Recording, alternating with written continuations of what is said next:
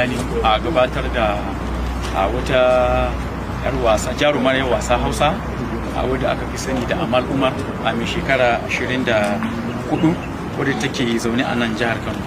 Wato 'yan sanda sun gurfanar da ita ne a gaban kotu domin yunkuri na ba da cin hanci da ta yi ga ASP Salisu Kujama wanda yake binciken wani kes na damfara da saurayinta, wanda ita ta faɗa cewa saurayinta ne ya yi damfara. Akwai kuɗin da ya karɓa hannun wani Alhaji Yusuf Adamu, ya karɓi naira miliyan 40 hannunsa da cewa za su yi kasuwancin waya.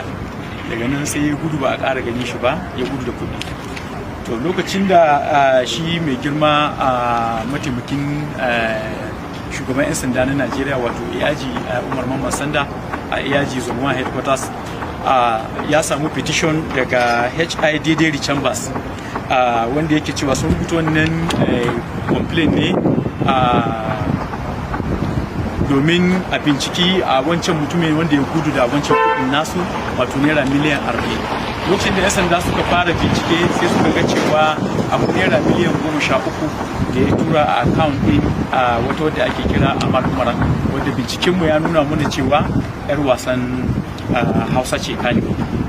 So aka gayyace ta domin ta zo ta yi bayanin wannan kudin da aka gani cikin account nata, wanda yake cewa ta yi confessing, ta yi bayani cewa lalle wannan kudin saurayinta ne ya tura mata wannan kudi. So daga nan bayan an ba da ita beli sai ta je kotu, ta je ta yi nemi cewa kotu ta dakatar da 'yan sanda daga bin wannan binciken da ake yi nata. Bayan an dakatar da bincike, bayan wani lokaci, dama lokacin ta zo na farko ta zo da motanta yana na headquarters na Zone 1, sai ta dawo tana neman a bata motanta. Ta dawo tana neman a bata motanta, sai ta yi yunkurin ba shi dan sanda ASP Salisu Kujama, ta yi yunkurin ba shi cin hanci na naira 500 domin ya yi hakuri ya kashe wannan magana kuma a bata motar ta tafi da ita. To lokacin da saboda shi kaga hukumance a aikin dan sanda ba za mu gurfanar da mutum ba babu kwakwaran shaida.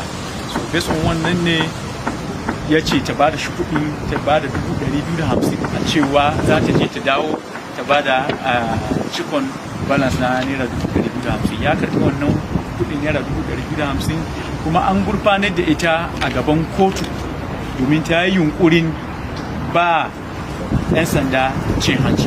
Wannan abu da ya faru kenan, shi ya samu gayyace ku domin bayani. Insha Allah kuma za mu ci gaba da wannan bincike.